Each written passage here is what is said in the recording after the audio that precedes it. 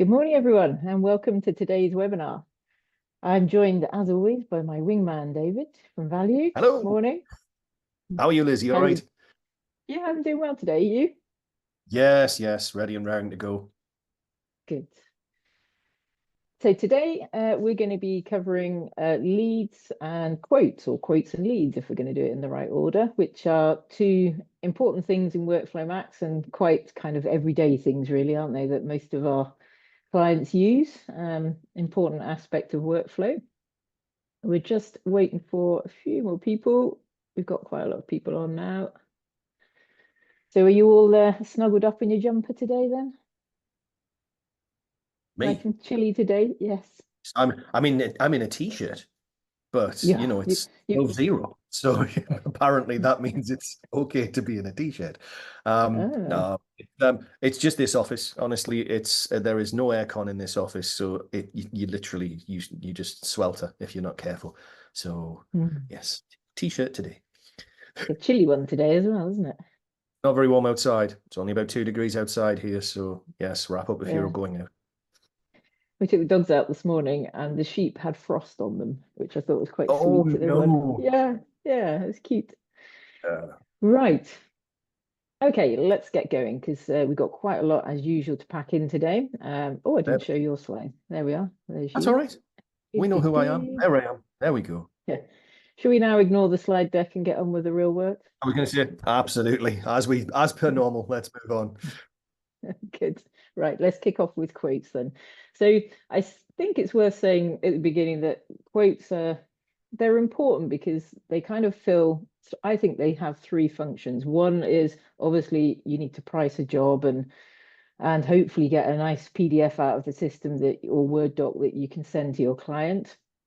Secondly, they're kind of you're setting the stall of your job, you're creating your budget, you're creating your the backbone of your job. So the way that you set your quote up is actually quite fundamental because that's the way your job will run. And if you want to track a job in a certain way, then you need to set the quote up in that way. And then I think that the third thing which flows on is your invoicing. If you're billing off of your quote, and not percentages, but yeah, actually billing from the quote lines, then that's really important because it's going to sort of drive how your invoicing looks to your client. So although sometimes you think, oh, it's a bit of a pain setting up a quote, it actually is a really important thing. So that's why we're going to hone in on it today. So quotes, as you know, live in the business menu. You can create a quote from here. You can also go to a client record and create a quote. There's a couple of places in the system. If I'm from the quotes manager, if I create a new one.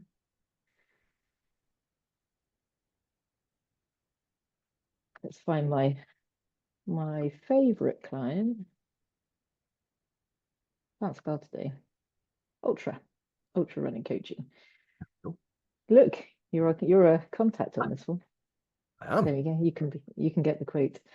So our quotes, we can, if we want to, use templates. I think templates are useful if you find that you're constantly adding the same stuff to a quote, then a template is a time saver. You don't need to lump everything into a massive template and then have to keep deleting stuff. I tend to chunk them up into little pieces. So a bit like a shopping list, I'll have a bit of project management, a bit of implementation, and then I might have something else. So I might end up with 3 or 4 templates on a quote. So if I use my custom connector build, let's say we're building a connector from Google Sheets to Workflow Max, for example. I've got a nice big description box here, which I can pull down and put anything I want. Still a plain text box. We haven't got rich text yet in there. The budget I tend to leave until... What do you say, sorry? It's a shame. It's shameful. We need rich text. It would be nice, wouldn't it? Just so you could format that nicely. Budget I tend to leave until last once I've sort of costed things up. Your valid from and to dates, they're defined by your business settings. So if I click next, my template is going to load into my quote. I think it's worth just having a quick dive into templates. Don't worry, I won't use too much time of your next section on this. So if we go to job important. settings. Yeah, I think they're good to set up. So where we've got our job templates. If I pull out mine, custom connector build. That's the one. So you can put a lot into these if you want to. So for example, I've got these phases. So phases are what used to be folders in Old World if you come from Old World. Otherwise, they are logical chunks of a project. You can describe your phases. So this all depends on what you want to pull out in your final PDF. If you're wanting to pull out these descriptions, then just put them in your template, just put them in once. Milestones can be useful. So we could say we're going to assemble a project team a week after the job start date. And I might tuck that into a phase as well, because if I'm going to use phases, I tend to put everything in its respective phase. So I might put job notes, documents, milestones, everything. So it looks nice and tidy. These are all, the milestones are relevant to the jobs, aren't they, rather than to the quote? Yes, exactly. Yeah. But we know that when we're using it as a quote template, that they'll push through to the job. But yeah, absolutely. Then we've got all our tasks. So I would line all those up. You can put them into phases if you wish. If you're going to use default times, if that's helpful as a good starting point for costing, that's good. You can add your to-do lists. Again, that applies to your jobs. And then, of course, you can add any costs that you'd want to and also tuck those into a phase as well.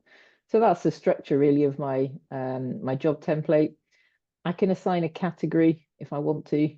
It may be that if I'm using lots of little sort of chunk templates, then I don't assign a category because we don't know which one of those is going to sort of drive that category. So that's my template underneath. You don't have to use templates, but they can be a bit of a time saver.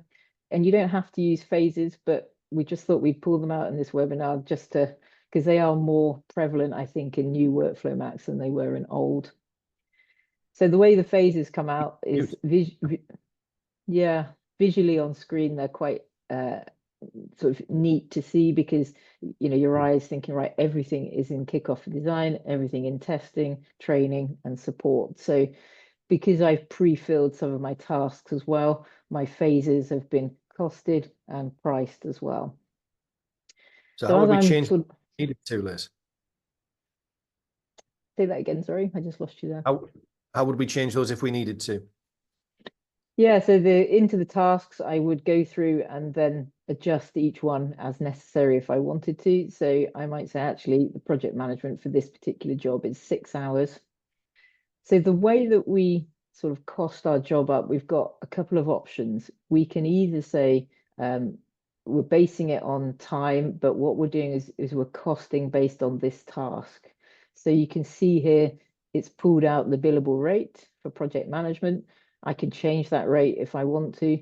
But in this sort of scenario, we're saying, well, actually, the person in our team or the people in our team who generally do this task, their average billable rate is this amount. So we're sort of costing up on a task by task basis. I could cost in a different way. I could say, actually, I want to be a lot more specific because I know that I've got, let's say, 3 people on 70. I might have 3 or 4 people on 90. So my rates are very different. So what I could do is I could cost based on staff. So I could say, actually, we need some of Phil and some of John.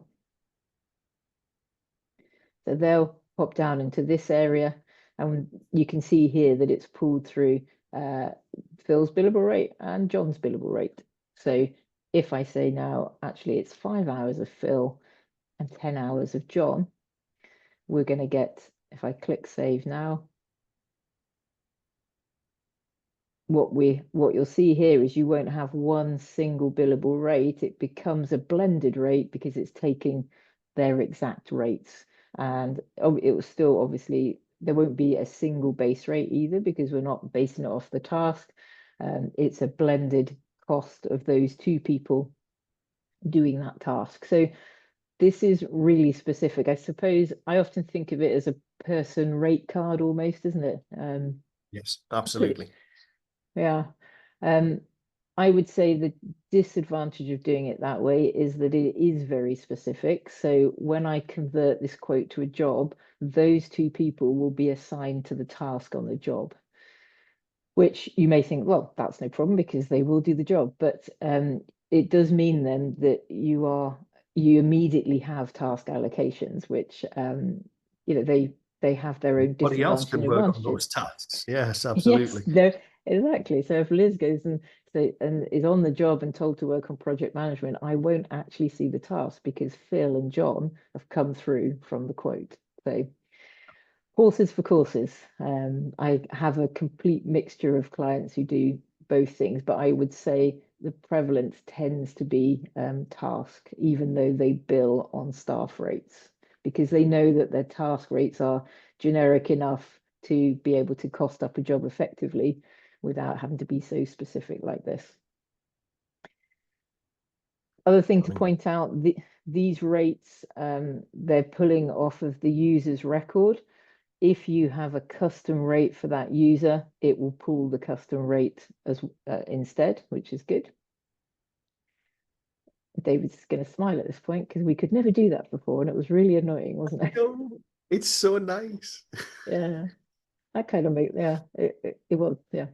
Can't stress that enough. That's very useful. So it will pull any custom rates, and also, as we've always had, if the client has a particular rate, then if we are costing on tasks, it will pull the client's task rate. So yeah, you've got best of both worlds there, really. If you want to get rid of those and flip back to your rate, your task rate, you can do so. Notice it has zeroed the billable rate. Yes, I know, and it's to be aware made of. it. That was 70. Yes, but it's also not allowing me to type in that field now. So tell you what, we'll leave it like this, shall we? I think that's fair for now. Yeah. So that's how I would go through each phase. If I wanted to change these phases around, I can do. I just click into my phases tab, and I might want to add something extra. If I want to move support up to there, I could just shuffle them around. If I want to add a new phase, I can do. So I could use my template as a basis and then sort of work it up from there, really. Yeah. We go back to our main tab. So when I'm costing this up, I may have optional items as well. And we can see now that we can actually make tasks as well as costs optional. Hurrah, which is really good. Yeah, this was a really important thing for people because you ended up having to lump time into here, which just didn't work, did it? No. It really didn't work. Half a job. Yeah. So let's say for this client, they perhaps didn't, it's an option if you want us to host it for you, etc. Or you might say, well, project management's never optional, but there we are. We can have optional tasks as well. Yeah. I can move these around if I want to, just by shuffling them like that. So it's quite flexible. And we'll get to a point where we'll think, okay, we're happy with everything. What do our numbers look like? So for each phase, if we're using phases, if we're not, you just have a single line here. It will obviously total up the total cost, which is the internal cost for you delivering that work. The total selling price, which is the total of the billable column here. The sum of each of these gives us our total, which is my 18,264. And it's just going to create or calculate a simple margin calculation, which is sale price minus cost as a percentage. So you can obviously fiddle around with your quote to get to whichever numbers you need to. And importantly, these numbers in here, you may want to change directly. Maybe you don't cost directly on time. So that's when you're going to use the pricing mode. So by default, we're in calculated price, which means Workflow Max owns the pricing. It's taking the hours, taking the rate, and giving you a total. If I flip to fixed price, all of these boxes then start to open. So you may be someone who is not interested in pricing on hours at all, and you have 0 in here, and you're providing a service which has a fixed fee. So you just type in your price here, or I may just want to override this calculated price. So let's say, well, actually, this should be 1,700. I'm still going to keep the 15 hours because this is what my team will see, but this is what I'm going to charge. Another thing to mention about fixed price mode, if you're going to bill your quote, if you're going to bill off of your quote line by line, and let's say you weren't going to bill the entire line of each of these, so you weren't just going to have, yes, I'll bill all of project management, all of requirements in an invoice. You want to just sort of nibble away at these prices. You must issue and accept your quote in fixed price mode. Then when you bill, you can say, actually, I'm going to bill 1,500 of project management this month, and the other 200 will be carried forward until my next invoice. So that's really, really important. You won't be able to do that unless you're in fixed price mode. Probably one of the most important things to note, I think. Absolutely. Yes, yeah. Because people get to the invoice and say, where's the rest of my money gone? And it's because if it's not in fixed, it will let you bill 500, but it will just write off the other 200. It will just disappear, which is a bit annoying. Just a quick one, Liz. When you were moving up and down in their order, you can do that between different phases as well. So you can drop one out of phase 1 into phase 2 by just dragging and dropping it. Ah, yes, you can. I can.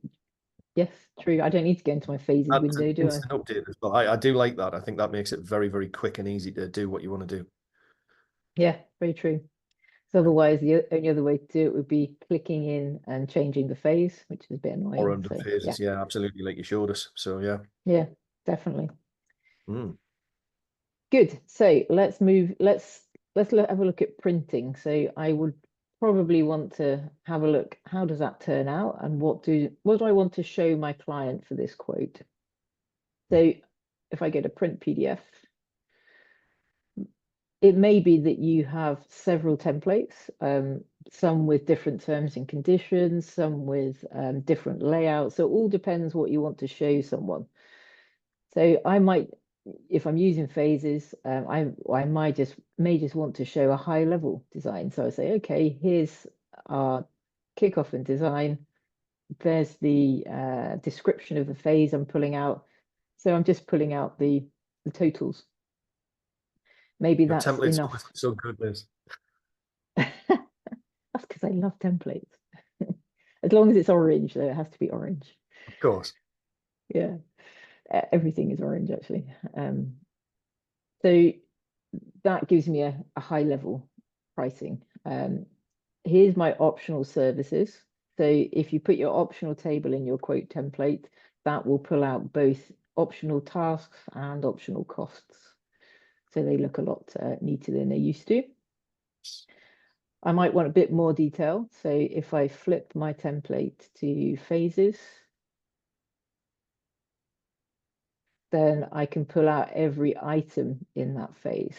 So I'm just giving a bit more information. So you could even, if you don't just want to give a cost, you could break this down into hours and costs, etc. So it just looks a little bit different. So yes, you can mess around with templates to your heart's content. That's my templates. I may wish to, I've got a documents tab here. I might want to attach a document to a quote, which is quite handy. Sometimes you're supporting documents. Maybe they are things that you can't put in a quote, like diagrams or sort of very graphical stuff, or maybe very technical information. So if I'm going to upload my spec document. Upload that one, system specification.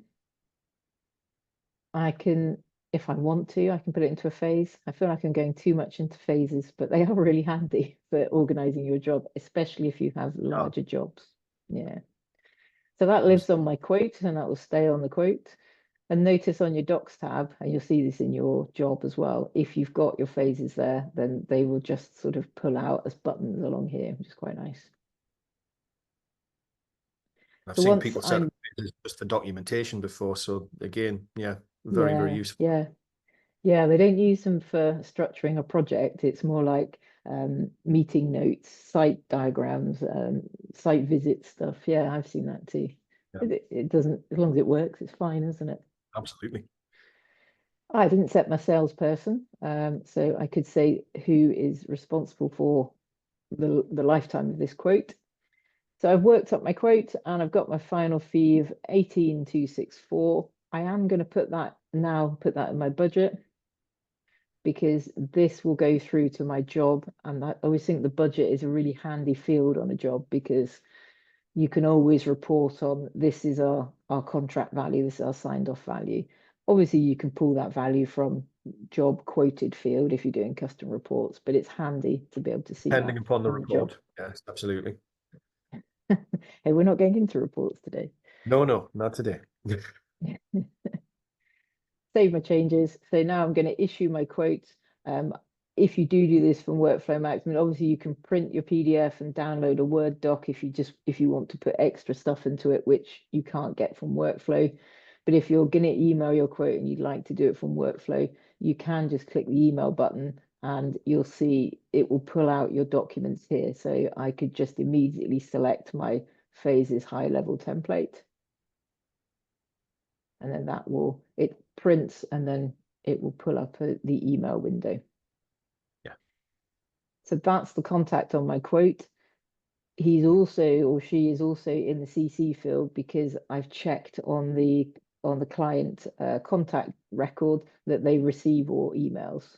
And you're also a contact and you receive all emails. And in my own personal settings, I've got it checked that I receive a CC for any emails sent from Workflow Max, which is good. So there's my quotation. I can pre-fill that message, or if I've got some standard text, then the best place to put it is in your email signature so that comes up immediately in this window. I'll show you that in a second. And then you might want to Like a cheat attach code, that one, Liz. I've got to admit. sorry, you Like use a that one. cheat code, that one. Yeah, it is because you feel like you need a template for every document you send, don't you? Like, like the Xero email templates. But yeah, that is the best way to do it, isn't it? They're coming, but they're not here yet. Yeah, I'm sure they are. So if I want to, I've got that spec doc on my quote, I might want to send that as well. So I can just select that specification, add that as an attachment, and then that goes off with the quote too. So everything is neatly in one place. And then I would send that off. Email has been sent. David will get that. I shouldn't have sent that until I'd issued it, really. You should issue it first so that it is issued. Sorry about that. So now my quote is issued. Client may look at it. They may have questions and want to change things. So we know that as soon as a quote is in issued mode, we can revise it at any point. So we can do our revision. And that's our sort of edit quote, really. We can only edit a quote once it's issued. And I could go back and say, actually, that is now optional. And I've got 700 in here. And actually, they're not fussed on support, so we'll remove that. How would we add additional templates, Liz? Good point. So say they wanted some extra support. This is where we apply additional templates. So if you've got your templates nicely chunked up, you can add as many templates as you want. I think I have one here for enhanced support. So I can apply those to our template, and that will just add in another chunk of work. So there is I think it adds at the top. Okay, randomly in the middle. Okay. It depends, I think, on your Oh, names of your phases as well. I think if you've got the same name for your phases in different templates, it kind of combines them if you use multiple templates. right. So Enhanced yeah, if you support just and had support in two different templates, the items would all pour into that one phase. Yes, got you. Yeah. So let's say we want enhanced support to be down there at the bottom.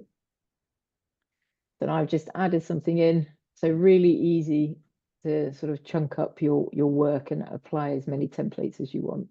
And there's yes. my extra one there. Well, there's our profit calculation. Yes, indeed. Yep. So recalculates that.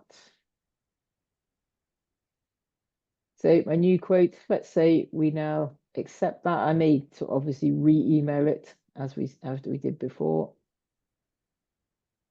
And if we mark that as accepted, it's going to ask me if I have options, which of those options did the customer actually say yes to? Let's just say they didn't want project management, they did want some hosting. So let's accept those options. And there is my job, all neatly lined up with everything I had on my quote, ready to go. And then we know that when we're tracking our job in our financial summary, we've got our skeleton budget there ready. So we've got all our items here. We start timesheeting, we start buying things, go into our cost column, etc., etc. So the important thing is we have created a framework that works for getting the price to the customer, tracking the job efficiently, invoicing it efficiently. And you can also see our doc that we had in the quote has come through. So that is in our specification document.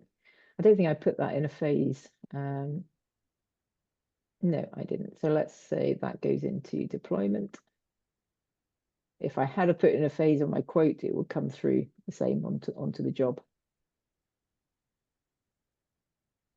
There we go. Yeah. So that's our job lined up and ready to go. Anything Awesome else? stuff. Anything we've missed on quotes? We can include custom fields in quotes now, which we didn't used to be able to. So Yeah, that good is point. quite a benefit. Yes. It's a lot like, well, any other area where you can include custom fields. So whether you want to include dates, whether you want to include drop-down lists, whether you want to just apply text fields, however you want to do it.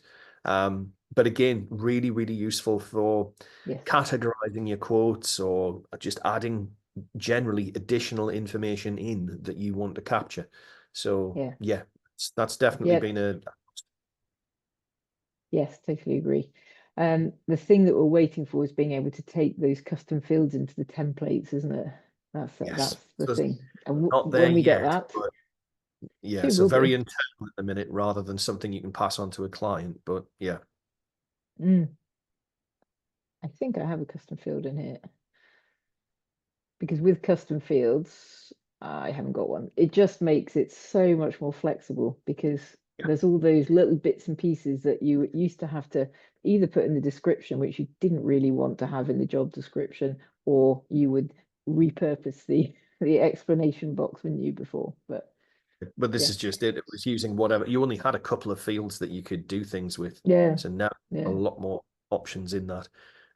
Also worth noting at the moment that salesperson wasn't available in the templates either. I think that is being resolved pretty soon, but yeah, it's still waiting for that at the minute. Yeah, those two things are important. I touched on the email settings. If I just dip briefly into the profile settings, if you look at the preferences section of your profile settings, there's your signature box. So if you were going to have some set text in here to send out things, you could put it in here. There's my CC box, so that's why I was coming up as a CC on the email that I was sending. And then the way that I want to send email, either by Workflow Max app, which is what you saw, which was the pop-up window, or I could use the external email client. So I'm on Gmail, so it will pop up my Gmail. So whichever of those is your preference, really. But those are the main sort of email settings for you sending email from Workflow. Good. So the next piece in the puzzle then is managing your sales funnel and sort of moving your opportunities to the quote stage. So I will hand over to you, David, to take us through the leads. Lovely stuff. I will share my screen. I cannot share my screen. Let me just quickly do so. There we go. Right, we are, folks. You should be able to see. Can you see my screen, Liz? I can. It looks good. Good, good, good. Right, we are. I had told it to go back to the dashboard, but it hadn't done so yet. So we'll just give it a moment. Leads. Yes, indeed. So your pipeline, literally the lifeblood of your business, new jobs coming in, work that you're trying to sign up, and you need to know where you're at with that. Workflow Max itself is an exceptionally good job management system. But what do we do if we want to manage our pipeline? Well, we have the optional section of the lead manager. Now, under business, we will see leads here. If you've added it to your subscription, then this will appear as part of this drop-down list. And as you saw before when I was looking at it, it provides you as a starting point with a dashboard. So this is giving you a very quick, clean overview of your current position of your pipeline. So what we can see is that we've got active leads and a value attached to them. We've got your own leads and a value attached to them. We've got, again, the total value of all leads, uncategorized leads, and then warm is just one of my lead categories. Now, we'll talk about lead categories in just a moment. As I move down, we'll see that we then have a number of visuals. So we've got our current leads by staff. Obviously, I'm the only one putting leads onto my system right now. These, we'll talk about how you mark these as owned by certain people as we go through an example of adding a lead. But then on the right, you can see that I've got my leads by category. And again, their assigned values as we hover over them appear in each individual case. So those very, very easy to deal with. As we come down, we can also see leads by month as well. So giving you your totals there, you can see in the different periods, and you see some of them just in September there. Very, very simple visuals. At the top, you have your dashboard tab. We have those active leads. So now we're looking at this as a list, and you can see they're still color-coded. You can see now who they belong to in terms of the client or prospect. We can see in terms of the name of the lead itself. We can see who the contact person, if there is one, is. And we can see who the owner is and the date of the lead and the estimated values. So again, we can filter based on these things. So whoever the client is, whatever the category is, or the estimated values, we have all of those filters available to us. And we have our usual keyword search that we see in every screen within the system. When we go to all leads, as you will see, this includes various items in there in terms of cold, warm, hot, uncategorized, etc., etc. So these, they may be, again, we can see broken down into won and lost. So there's various categorizations in terms of that. So if I just looked at won, you would see everything that I've landed as new work across the course of the history of my business. And you would see the same if I looked at lost as well. So that would then show us, this is just taking a while to load. We'll just give it a minute. I might have to click on all leads again and bring it back. The same would be true for lost. I would be able to do that for lost as well. This is not playing ball today. Okay. There we are. That's how it would work. And then you would be able to see, I can look at my leads. And then we have this concept of activities. Now, activities, again, let's have a little look at what we can see here. A lot of mine are overdue, so please forgive me. They're all in red, but there are my current ones coming up. You can see when they're due and what they are. I need to send a quote or make a first amendment, etc., etc. To simply say that these have been taken care of, we tick them off. And obviously these are very old, so they're not appearing on my calendar on the right, but this is helping me understand in the coming days and weeks what I am supposed to be looking after and taking care of. I can break this down by staff members. So for example, I could look at something for myself or something for somebody else, see exactly what it is that we've, who's dealing with what. But where do these figure? Well, let's come back to creating a new lead. So creating a lead is very similar to creating a quotation up to a point. We need to select who the client is. So we have our list. We can either view the whole list. So in my case, all 47 client records that currently exist, or I can pick one from the headlines that it's offering me. So I could pick Bob Smith, for example, or I can add in a brand new record on the fly. Now, if I do that, it actually classifies this as a prospect. It does not classify it as, am I getting the right name? I don't think the name's right on that. Is it prospect that it comes up as, Liz? Definitely has a different... It comes up as lead. So it comes up with a different status on your client list. So everyone else would say, these new ones that we add here would say lead. I'm just going to pick Bob for now because guess what? Bob's good. And within there, if I don't have a contact, I can add in a contact. It's quite useful, the status of the client, because then you could obviously run customer reports saying, show me all of my leads, obviously that haven't converted yet. My lead clients, let's say. Completely. Yeah. And again, there's so many things that you can do with that kind of information, particularly when we're talking about monitoring your pipeline. So we've then got our contact. We might have the name of the lead. So bearing in mind, you've got quotes that we've looked at. You give the quote a name. If I give the lead a name right now, so this might be office installation, put in an estimated value, put in a template. Now, here's a real one to understand in terms of naming conventions. So template here is not the same as a template in your quotation. So this is, if I just click on standard lead, this is all about those activities that we saw before. We can predefine what those need to be. When is the lead dated? So it's dated today. What are my details? This is for the new office fit out. And categorizing the lead. There's my categorizing. My categories that we talked about before. So again, I can select my category there. Some people on the categories. Sorry, I didn't mean to interrupt you. No, go for it, Liz. Say, the categories, do you tend to see a split of things? Some people will use what you're using, hot, warm, cold. Others will go for service lines, won't they, in their categories? So you might say this is thoughts used on these. It is a really good. When I get into show the settings around leads in a bit, we'll see what we do with what we can do with these. I've seen these used as percentages in terms of understanding what with percentages. I've seen it used as industries, so verticals that you're working in. I've seen it as types of work, so all sorts of things in these. Warm hot is just a very simple one. It tends to be one that starts the brain moving and understanding what a category can do. It is just an option. So yeah, use this as makes the most sense to yourself. We can also add custom fields to leads as well. So here I've got lead designer, but let's say you wanted to monitor something else alongside a category. You could have to have it as a drop-down list, as a custom field as well. I don't have to retain myself as the owner. I can give it to somebody else. So we'll give that to Dave Smith. When are we thinking we're going to start the work? So I think we're going to start this on the beginning of November even, beg your pardon.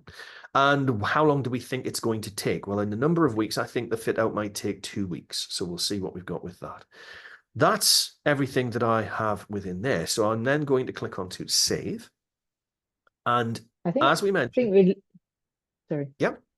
Go for it, Liz. I was going to say, it's with the leads, you kind of work backwards, don't you? You think, what is the reporting I want from this screen? And then I work back and then put in all my fields. Yeah. It is one of those things that you're kind of thinking ahead as to what you want to include and why. So we can see that everything that we've put into the lead so far is now visible. What we've got contact information, we've got the details that we put in. Note that all of these fields are still totally accessible. So inline editing, still a thing. Absolutely nothing of this is set in stone and can't be changed. We've just got it there available to us. Interesting one is in terms of the collaboration manager, this has a unique email. So this is when we're talking about your inbox here and sending emails into Workflow Max, whereas most other options would use the at email workflowmax.com, I think I've got that right, email address. These have a specific email address in here. And again, I can either copy that or I can literally click onto email to open up a brand new email straight away with that address in situ. So definitely things that we can do about that. Now, I mentioned the templating of leads before. There we can see under activities, I now have 4 activities.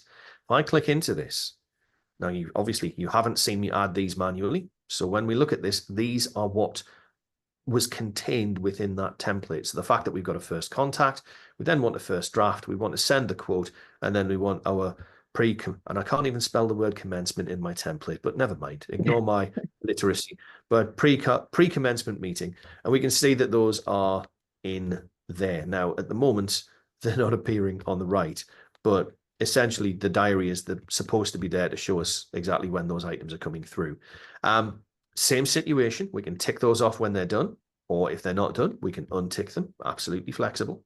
And you can move forwards and backwards in your weeks if you've got long lists of these items as well. So do bear in mind that it's very manageable. But each of these, right now, they're assigned to me because I created the lead. I can quite easily select who else should be responsible for them. So just doing one at this stage to show you.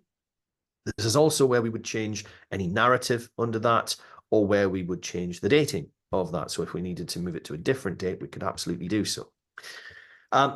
We can also create brand new activities as well. So if there's something that's not included, or we suddenly need to make another phone call, we can add that in by creating a new activity, filling in the details, selecting the date, and on we go. So very, very easy to standardize the method in which you look after and win the work that you are bringing in.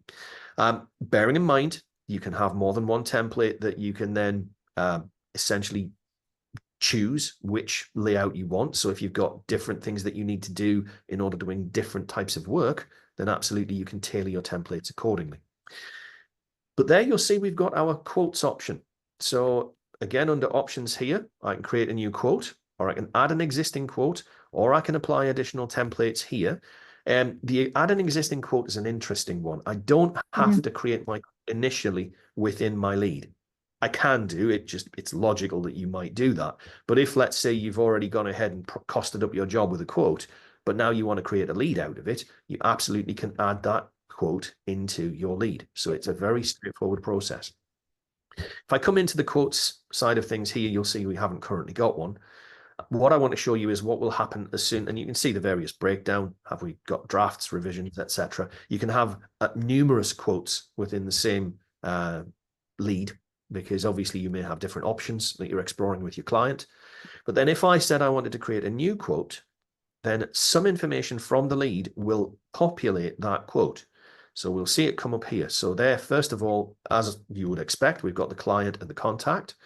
You can see, though, that we've also then got the name of the quote, office installation. We've also got the budget calculated.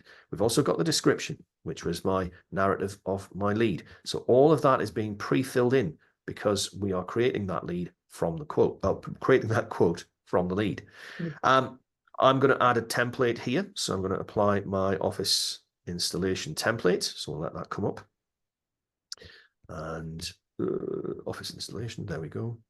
As Liz was saying, we could have added multiple templates at this point if we're using our shopping list. And we can see there are mine. Mine isn't as pretty as Liz's, but certainly it's the same idea, the same basic principle. I won't go through what Liz has already gone through. You've already seen that, but this is just to give you an idea of what this would mean. So if I save the draft, and you'll see I have a link back to the lead. You'll see I have a link to the client as well. So I can click into the client. Here, I'm just going to come back to the lead. And we'll then see exactly what that is telling us. So where are we? There we go. So there is my quote with a number 1 next to it telling me that I've got one active quote within this lead. So there we go. When it comes to winning the work, you've already seen under the lead, we can either mark it as revised, accepted, or declined. Fair enough. We also have the option within here in the lead itself of saying whether this is won or lost. If I mark the lead as won, I'm given a choice. Do be very, very careful about this choice when it comes up. I've seen people fall foul of this before. So, because your quote is in draft mode, I think, wasn't it? Of course. You know, cancel. This is where, again, keep me right, Liz. I need to accept my quote, or to issue my quote before I can then go ahead and accept it in this fashion. Yeah. Obviously, when you're in a quote itself, you can issue and accept as a single step. Here, we're just going to issue the quote first. So let's just dive in, mark it as issued, and then we'll come back. This is why we're not allowed to do webinars on our own, isn't it? We forget things. You know, we shouldn't be let out. It's as simple. You've got to keep each other sane. It's what it's for. So coming back to the lead, there we go. So yes, let's mark that lead as won, and we should hopefully see the choice now. There we go. So it's telling us you can either use the quotation to create your job from, or you can create the job based on the lead estimated value. Now, that does not pull anything through to your job. So literally, if I just click next from that, watch what happens. You saw what happened when we accepted a quote. We get a lovely job, all predefined with our phases, with our tasks and costs. Right now, if I just accept this, save, thank you very much. We'll get there. There we go. And you can see as I scroll down, nada, nothing. It's blank. Now, I do still have my quotation under my financial tab. So if I wanted to have a look at my quotation, it's not that it's not there. So if I actually, it isn't there because I didn't accept it as part of the lead. Yeah. So yeah, this is all just giving you really a bit of an indicator that if you're going to win something, if you're clicking on win to the lead, make sure you accept the quote. I would tend to say best practice is don't mark the lead as won, go and accept the quote. Doing so will automatically mark the lead as won. So you're winning on both sides there. You're not taking any risks. You're not going to click on the wrong thing. Go and accept your quote. Have you noticed on the My Leads widget there that it calculates your just on the dashboard, that 253 is calculating from all leads, not your current, not your active ones, which is a little bit. I wasn't going to point that out, Liz, but yeah, absolutely, fair enough. Exploring this what's it all, absolutely. This is a real webinar. No, you're absolutely right. Because I mean, at the end, I've got 2 active leads, which is fine, but that is certainly not the value of my active lead. That's the value of my active lead right there. So yeah, don't necessarily look and believe every figure that you see in here just yet. This will come, this will correct, but yeah, if you want to see what you've got, as we saw under My Leads, you know what you've got there. You can see your values, etc. So it's fairly obvious, but just make sure that you're happy that you're in the right sections. That's all. Notice that it is under active there. And as we said before, if I move to lost, oh, look, it's working now. It's caught up. If I go to 1, let's have a look. There we are. Finally. Yeah, that's better than it was before. So that's good. But how do we structure this? Where do we decide what's in a template or what pretty colors we're using in terms of our categories, etc.? Well, if we go under business and settings, as with everything that we use when we're building parts of Workflow Max, we will see that we've then got lead settings on the left. And when we click through into lead settings, we're given all the tools that we require, really. So looking at what we've then got, first of all, we've got our lead categories, and then we've got our lead templates. I have my categories already there. If I wanted to create a new category, I certainly can do. So this might be... I see you found the colors as well. Yes, aren't they pretty? So within there, I can then say, this is new. Let's put this as in initial... Oh my goodness. Never asked me to type on screen. It's never good. And if I then wanted to color code that, I might have a code already, or I could simply select something. If I'm selecting something pretty dark, then bear in mind I can always change my text color as well. So if I want to pop my text color in something nice and light, let's say I want to get really pretty and give it a colorful border. Let's do just that. And if I save that, away it goes. I will now recategorize one of my leads, but you can see what it's showing you, what it's going to look like. So really, really helpful in that. And there it is. That's exactly what your categorization will look like now. It's pretty ugly, but that's just because I've been going on the fly. So that is our categories. And you can see we can reorder categories as well. So if we wanted them in order of cold, warm, hot, like I've just put it in there, maybe initial goes at the top, something like that. Absolutely fine. We can do whatever we want with these individual items. Okay. Yes. All right. I don't know what's going on there, but never mind. Moving on. We then have our templates. So the templates are lists of activities. It is exactly that. We want to understand what we need to do in order to win our work. Just to give you an example, let's have a look at that standard lead template that I used. So the template has a name. It potentially has a description to help you out and understand why you would use that template.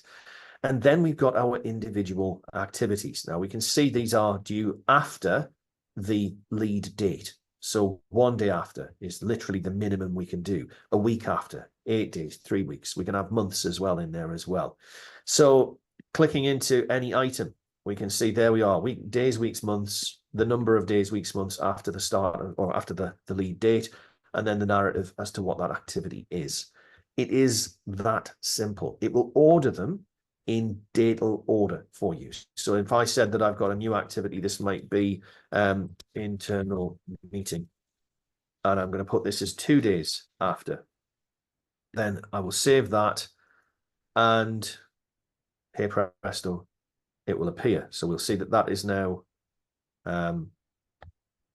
whoop, it's making a liar of me, Liz. It used to put them in datal order, but there we go. So they're there. It will appear obviously in datal order in your actual lead, because it does exactly what it does. There are a few gremlins, aren't there, in the lead module still? And they're nothing that means that you can't. It's just little tiny, like as you said, like the values that are obviously looking at the whole gamut of all of your leads rather than just the active leads and things like that. As far as these are concerned, the only thing I would mention is that if you had 2 on the same date, what it will tend to do initially is put them in alphabetical order. So if you've got 3 things that need to happen in order on the same date, the only real way around that is to actually number them, which is a little odd, but it does work. There are, in certain reportings, abilities to see these in the order in which they're going to be performed. You get the same with to-do items and the likes of that. But very much in terms of activities, yes, you may need to, as part of the name of the activity, just put a 1 or a 2 at the front of these to make sure that you get the best out of them. So those are your lead settings. Again, this is a very simple area. When we talk about CRM, I would always describe this as, and here's that lovely word that I like to use, a quasi CRM. It is half a CRM. So what we've got there is the ability absolutely to capture everything internally about what's going on with your pipeline, what you've done, who you've spoken to, where it's up to, what's happened, etc. It is not a proactive CRM. So it's not that we can automate an email campaign or that we can send out reminders to a client automatically when certain things need to happen. So none of that forms part of this. Leads is very much targeted around managing and monitoring your pipeline. So that is exactly what it does very, very well. But yeah, that's where the edges of that functionality are. It's a good point, because I get asked a lot, do I need a CRM? And I think some people, you dive into a CRM because you think I need a full CRM, but you end up using 10% of what the CRM does. Sometimes that 10% is enough from the lead module. This is just it. I mean, every business needs to ask these questions of themselves: is what do I need? And again, in terms of things like HubSpot, which is coming soon, always been a very good adjunct to Workflow Max. As a CRM system, it offers huge potential. But at the same time, there are elements within there that the lead module covers. So if that's all you need, really do you need that CRM? If you do need all of the extra bells and whistles that currently aren't there within Workflow Max, then absolutely. Then, this is where you've answered your own question. And yes, you probably do need a CRM at that stage. But yes, it's definitely food for thought. But the lead module itself is... There's buttons. It's a very inexpensive, very cost-effective add-on to Workflow Max. So certainly in that sense, if this gives you benefit, you're not going to pay a handsome fee for it. You're going to be able to get that very, very easily. Excuse me. It gets you off Excel, because at least then you have a central place while you choke where all your leads are. Exactly. Sorry about that. Beg your pardon. So yes, hopefully that has given you some decent insight into the use of leads within the system, and certainly in conjunction with quotes. I suppose one point I'd like to make, Liz, in terms of the use of quotes, we can also generate a quote from within a job. So if I've already got a job in place and I want to turn the content of that job into a quote, then I can do so. Certainly within the job itself, all I do is use job actions, create new quote, and hey presto, whatever the content of the job was at that point becomes the content of that quote. It's very, very Yeah. useful in terms of using things like the import functionality. So if I need to add a huge swathe of items that might be unique into my quotation, I can load them into a job record first and then add them to my quote. Well, create my Yes. include them. So that was always a very good way of doing it. At the same time, if you like to monitor the time that you're spending on your job prior to it launching, then having the quote as part of an existing job is very, very useful. Again, you've got to be very careful how you do it, but it is one way of being very specific in terms of recording your time that you're spending in that pre-work phase. The downside to that approach is that it doesn't mesh very well with the idea of leads. So if you've got your quote already attached to a job, then what happens when if you can attach that quote to a lead? Of course you can, but then from there, what do you do? If when you accept your quote, potential. Now there's a question. If you win the lead, technically you've got the option of creating a brand new job. If you accept the quote, it shouldn't create a brand new job. It should stay within the job that you've already created, because that's what it will do, because it's already there. But it's just these areas of risk that we've got to be careful with. So it will create a new job though, won't it? That's the concern, is that you don't want to end up creating that brand new job when you've already got the job in place. So this is where, when you're taking on any new system or any new function within a system, test it. Don't just go out there and say, right, this is how we're doing it. Have a go first with something simple. It doesn't need to be anything majorly complicated. You know, 1 or 2 tasks, 1 or 2 costs, maybe a phase or 2, but something that you can then see how those functions operate. And once you've tested it and you're happy with the process, you know how you're going to progress from there. So it's just a word of warning in terms of the use of these things. You know, they're very, very good at what they do, but you just need to make sure that you understand exactly how you want them to work for you.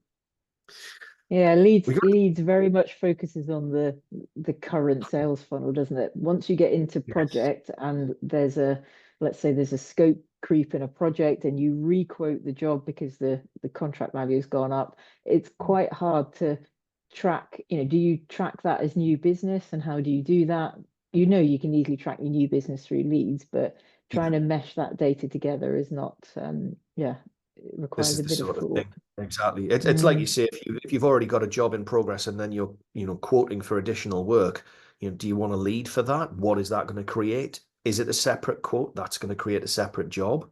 Are you quoting within the existing job, but then what do you do? So yeah, there are questions that need to be answered, but then that's why people like us exist, isn't it, Liz? There to go and help you answer these hard questions and make sure that you're on the right track.